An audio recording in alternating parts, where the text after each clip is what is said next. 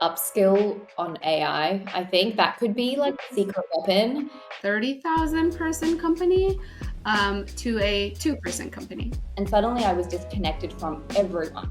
On paper, it was my dream role. This was great, and I made it, and I on paper I thought I was doing the right thing, and I think I was looking at the wrong metrics as success. It's good to have your dream companies and your dream role, but maybe also broaden your horizons because you just never know. It was really hard for me to acknowledge because I worked towards it for so long that I actually really hated it. I hated it so much.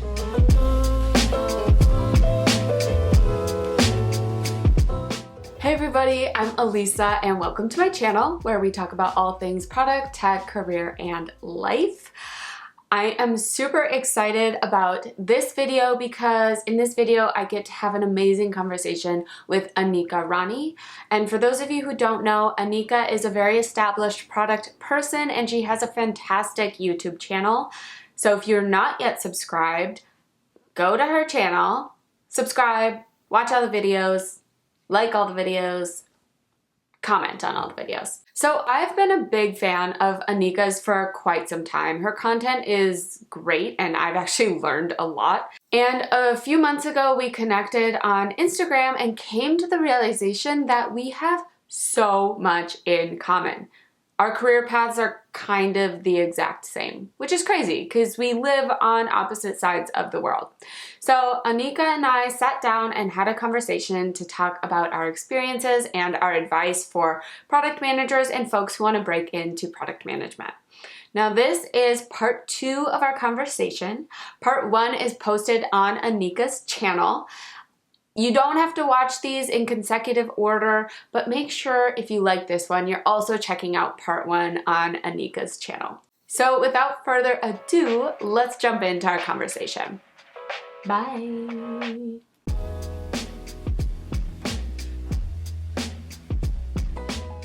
Hi, Anika, how are you?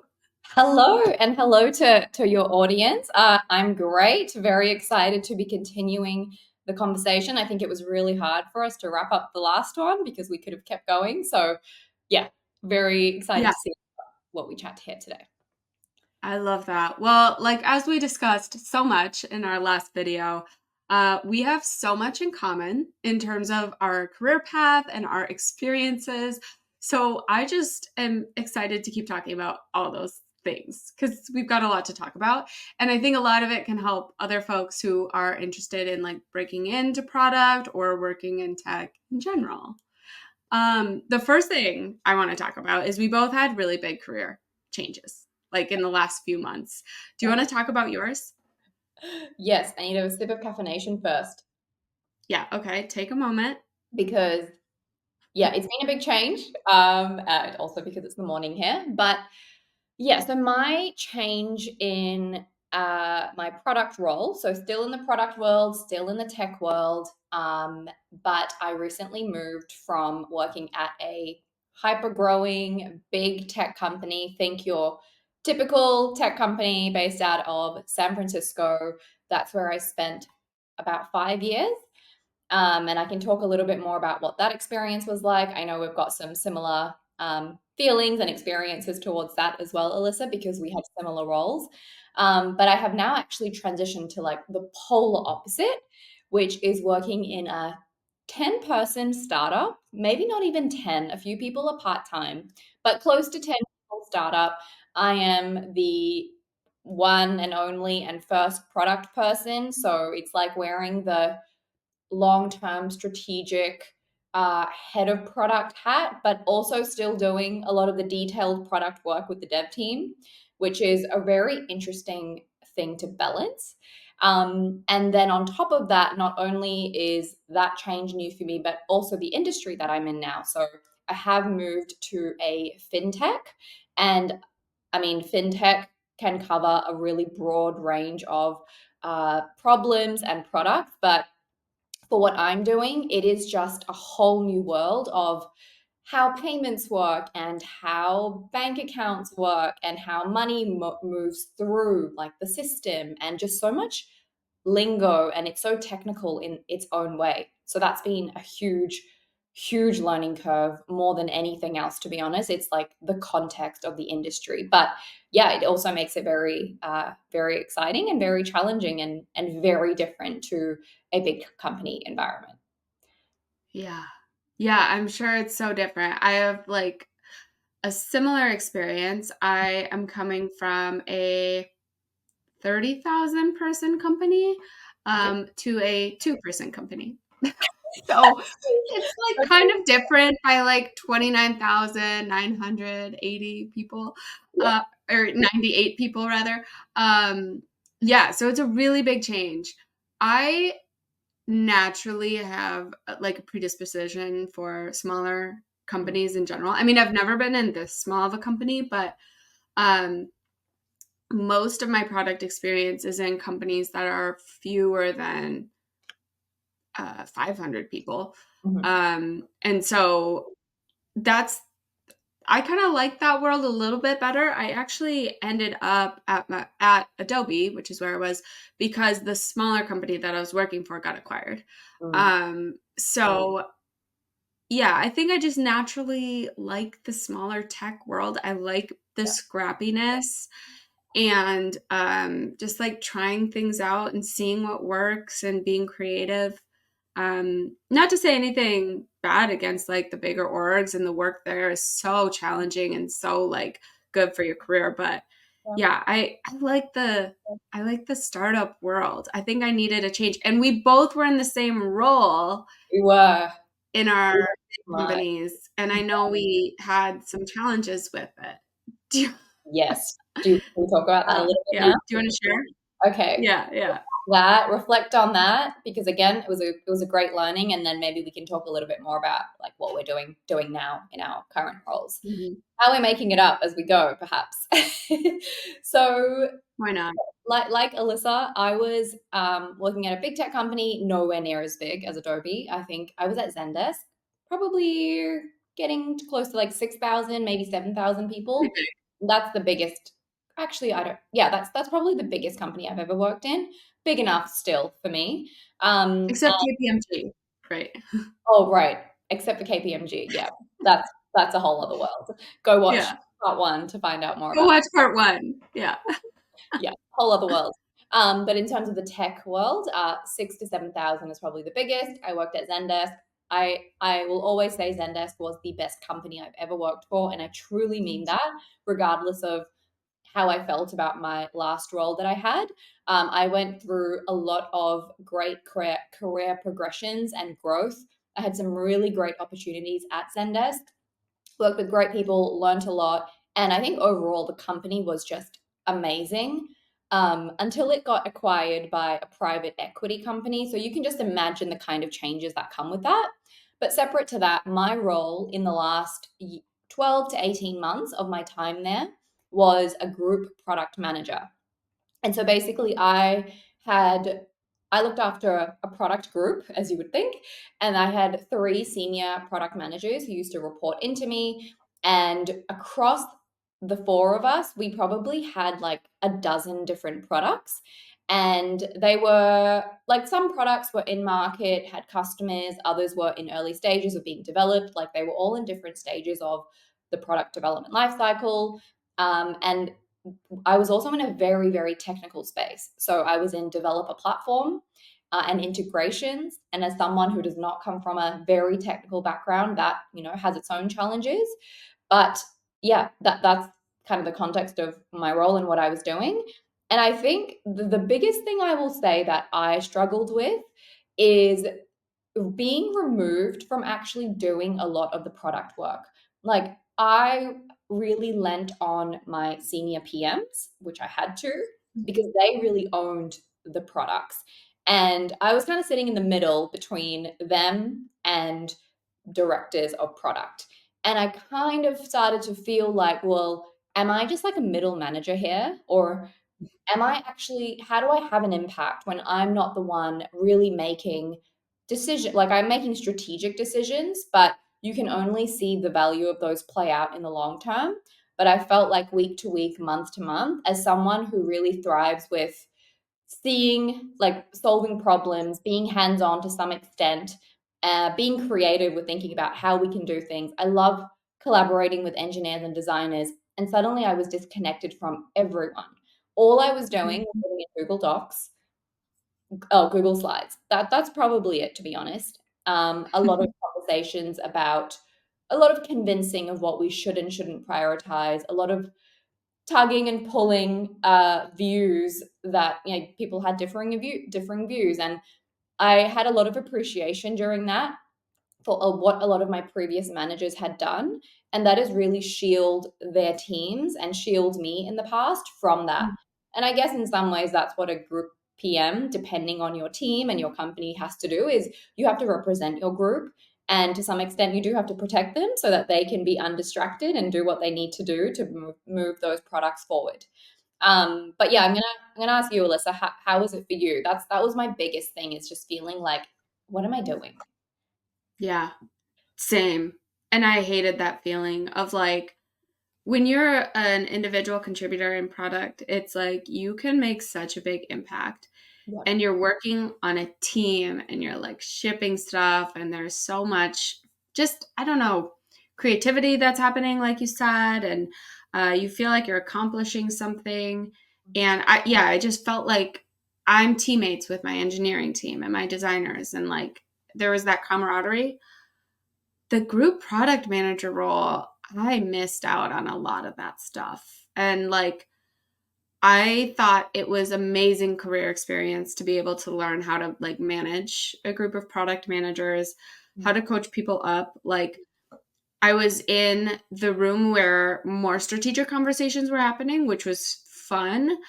Um, but I like after this role, I did like a lot of reflection of what are my favorite product roles I've been a part of. And it's always been like when I'm individual contributor in product and I'm shipping big things and like making a big impact. And I just didn't have that. And I feel like in my role too, this is a little different from you from what I recall, but I didn't have a lot of peers that were also GPMs. Yeah. Um, and, and so I felt like this weird middle layer like the only person in the product team who didn't have their own squad. Um, I wasn't really calling the shots. Like I think at some point I'd love to be more at that director level where you are a little bit more in charge of like road mapping and strategic decisions.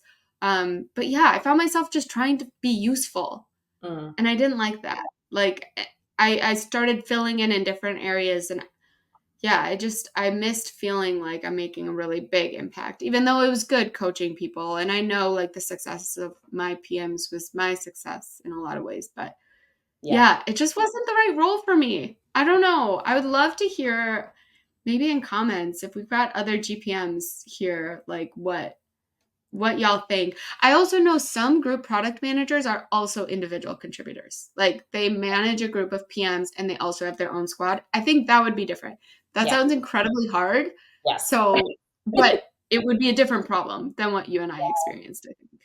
Yeah, totally agree. And I think this is a really good example of why it's really good to try something, because I probably put the role on a pedestal. I probably thought like, and I did to some extent thought this was great and I made it, and I on paper I thought I was doing the right thing, and I think I was looking at the wrong metrics as success.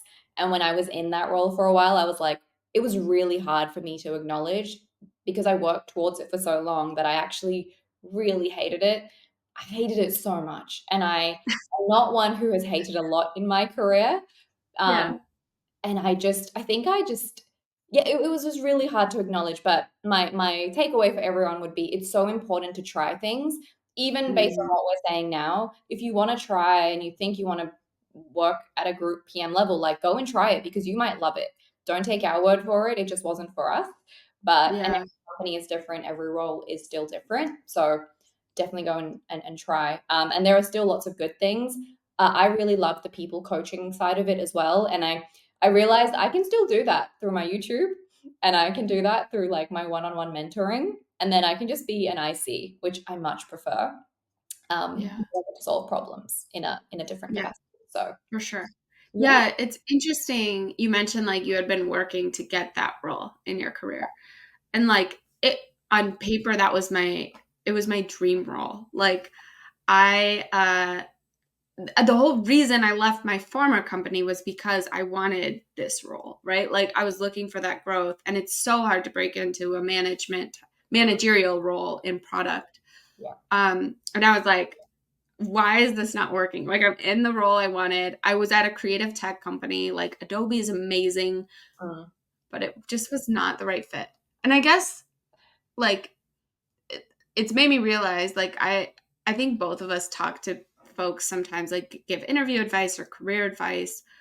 Like it's good to have your dream companies and your dream role, but mm. maybe also broaden your horizons because you just never know. Yeah, Like exactly. something that doesn't seem like a perfect fit might be great. Something that you've always dreamed of, you might do it and realize, yikes, this is awful. Yep. So yeah, it's like you just don't even know. And I don't like neither of us are gonna stray away from like maybe in the future doing more product leadership jobs. It was just like we had a weird experience Yeah. in our first, I don't know, GPM roles. Yeah. Weird is a great way to put it.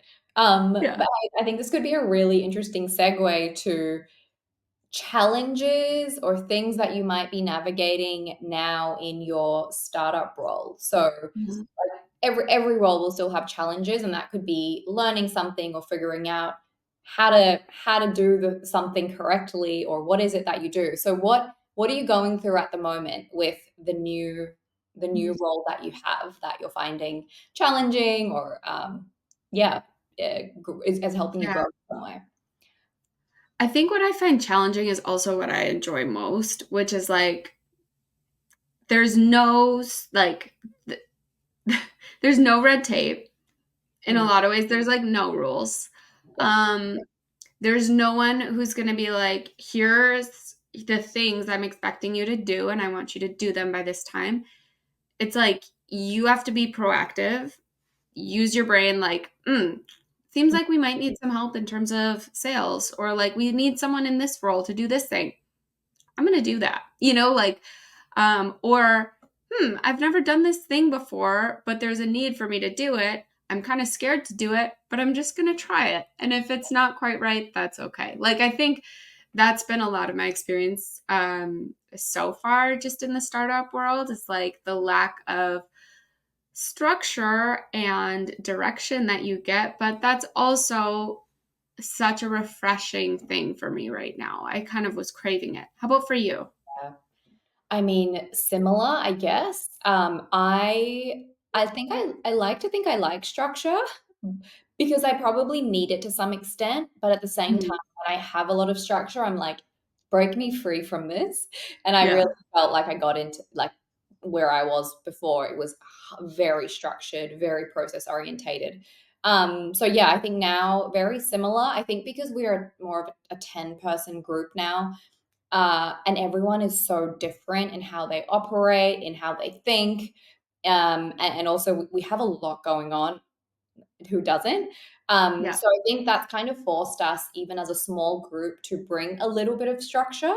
So I guess we're not completely free. We are trying to bring some structure.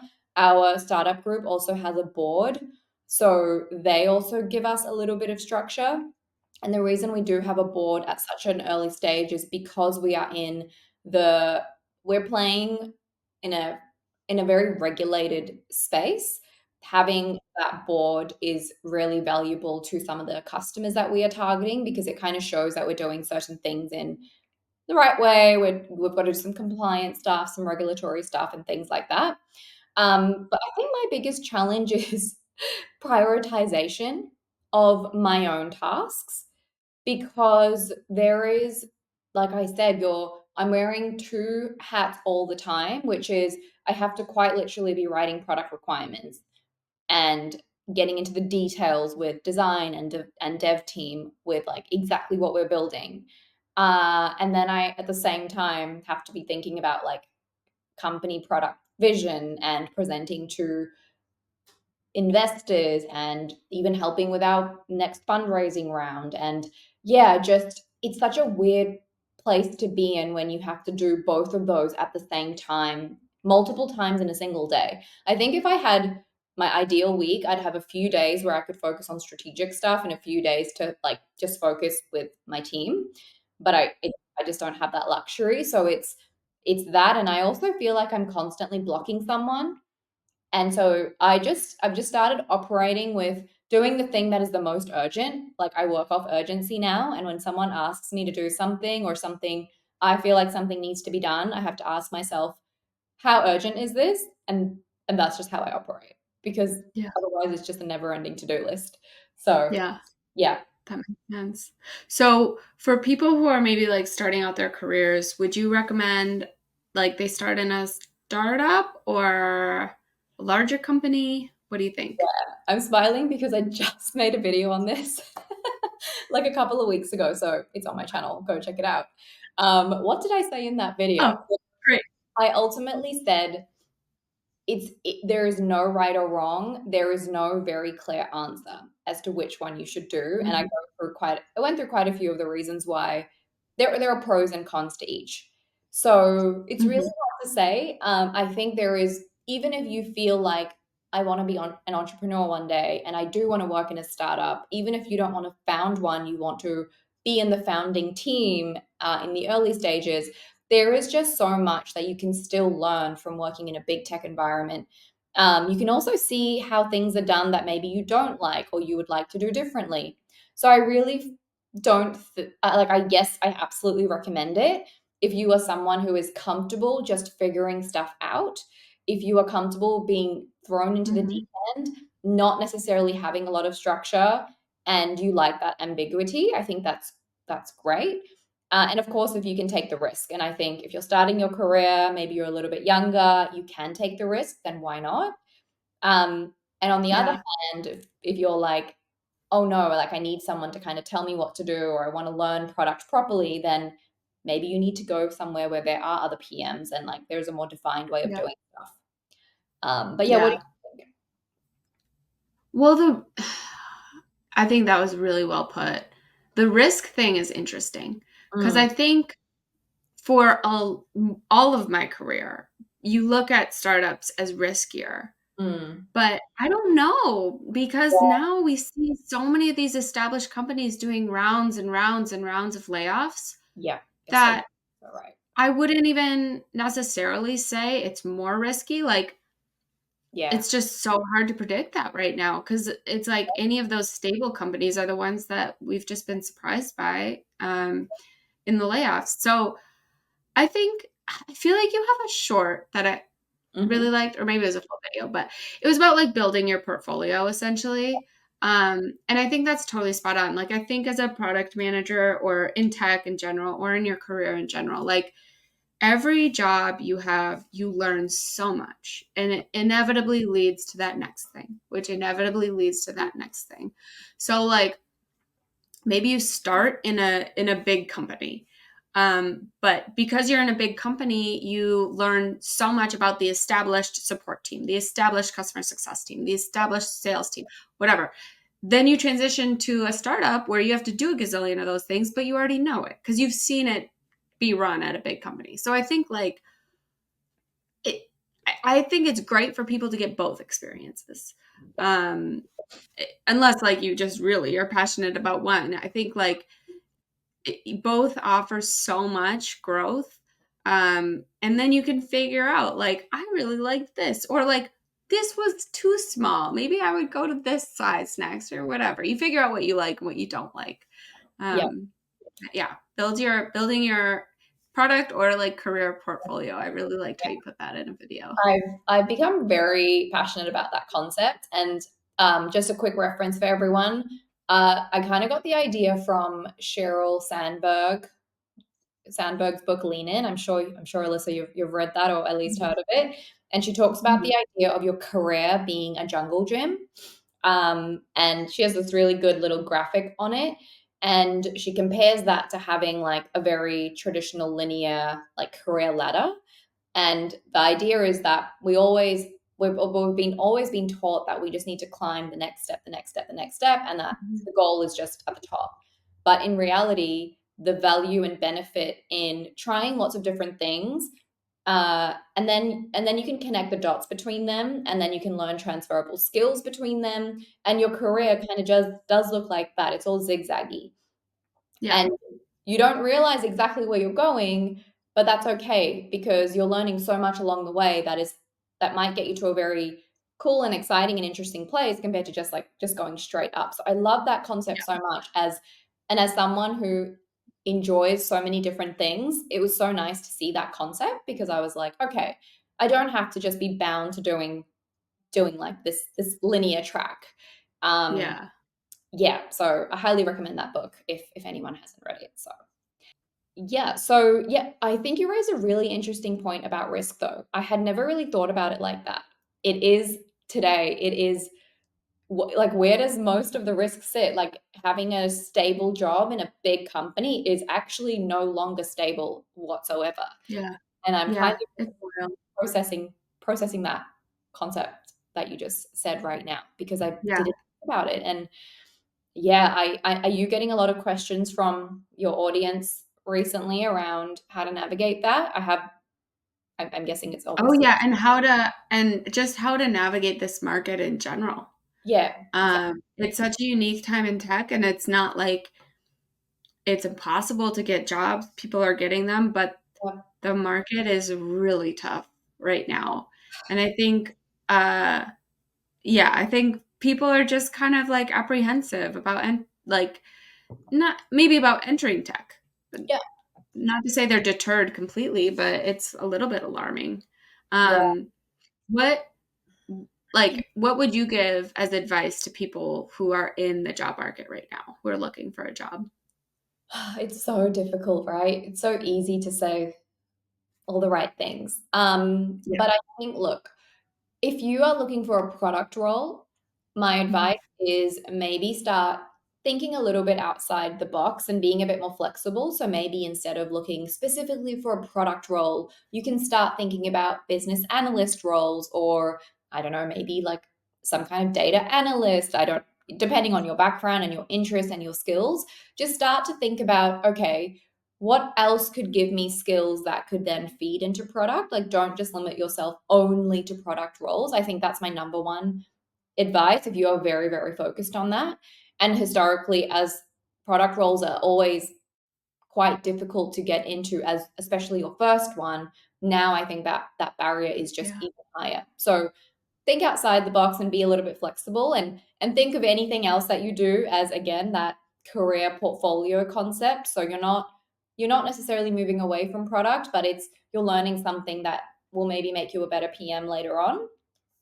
And then secondly, this doesn't necessarily help you get a job, but I think while things are the way that they are, see what you can do to upskill and see what you can do to dabble around. And I think we mentioned this in part one, is what can you build, or what ideas do you have that you can do some research on and maybe do some wireframes with, and just see what creative things you can come up with for a problem you have or an idea that you have. And then maybe write a blog about it. You don't have to make content on videos, but just see how you can document that process, because we know how much leverage creating content can give you. And I think Alyssa's new role is a very amazing example of Yeah. that. So why not just use this time to create some of your own experience and then share it with others, because you just don't know what that might lead to, either. Yeah. Yeah. Oh, totally. Yeah, I think that 100% agree with what you're saying. I think like for folks who are looking for a job right now, um, one, know that it's really a bad market. Like just go into it and know that you might apply to 30, 40, 50 places and not hear back, and it's not because of you. Mm. Like I think that's just one thing, like the mental Yeah. um preparation of not just don't let it get to you if you're not hearing back, it's not you. I'd also say like, you know, I had been looking for roles recently, and the only interviews that I got were when I went through a connection. Mm. Like it, and so look at your network, look at people you've worked with or went to school with or a professor, whatever it is, like reach out to folks, connect with them, see if their companies are hiring, like see if you can just get an informational conversation going, like just getting that foot in the door. Then you can do great on the interviews. You can study for the interviews, etc. Like, but I think like really leaning into your connections, it can feel uncomfortable, and maybe some people won't want to help you, and that's on them, because they're busy. It's not like they're bad people, but I think leveraging your network is so helpful. And then I really like what you were saying in terms of just like broadening your horizons too. Like, in terms of the roles you're looking for, in terms of the companies you're looking for, just be open. Um, also think of creative like ways to better yourself and your skills and make connections with people. Like the way I got my role obviously was creating a YouTube video about a product, but I also started forming so many connections by taking certain trainings and joining certain like product Slack channels and posting things on LinkedIn. Like, I think just like getting scrappy and trying to just like broaden your horizons in every way possible is such a good way to just increase your odds of landing something really great. So, Yeah. yeah. And while you have the time, upskill on AI. I think that could be Oh, like a yeah. secret weapon when the market Yes. is hot again or when opportunities come up. If you've taken the time now to get in deeply into the AI world, which when you're working, you're just going to have to, you're going to have limited capacity. So if you can really throw yourself into that, throw yourself Yeah. into the things that you think in 12 months, in 18 months are going to set you apart. I think and I'd love to pick your brain maybe in a future video, Alyssa, on AI and product and how you're seeing that evolve, what you think Yeah. future product work looks like with that. Yeah. Um, yeah, that would be a Oh, really there's so much. I know we're like getting close to time, yeah. but yeah, I think like if you're looking for something like learn AI, learn how you could use it in products that you build, but also figure out tools you can use to make yourself a more efficient and just like stronger product person or whatever role you're in, because it is a tool that helps you, if you use it. Like I think the people who will get ahead ultimately are the people who leverage the resources around them, right? um and yeah, I know we thought maybe we would have time to talk about AI and product, but That's maybe right. we'll have to next time. My last piece of advice, and this is kind of a plug, but it kind of relates to AI and finding a job, Mhm. is try using ChatPRD for prepping for case interviews. That Mm, has been such a cool, it's been so cool to see the user feedback mm. on how like tools like that can help you with interviews too. So don't just prepare to use it for your job, but it can also help you a lot in the interview process too. Amazing. Yeah. Yeah. Great. Well, thank This you was so so fun. much. This Thank- was so fun. We could talk for hours. I know. We might We have to do this restricted again. ourselves It's to like hard. 30 minutes. I know. We can't help ourselves. It is hard coordinating times because we're across the world, but I think we'll have to do this again. This was an absolute blast. Thanks for doing this with me. And thank you everyone for watching. Make sure to check out Anika's channel. It's truly awesome. Go subscribe, watch all the videos and like all of them, and add a comment and say hi. Thank you. Thank you so much. Those are your instructions. All right. All Amazing. right. We'll see you later. Great. Bye. Bye.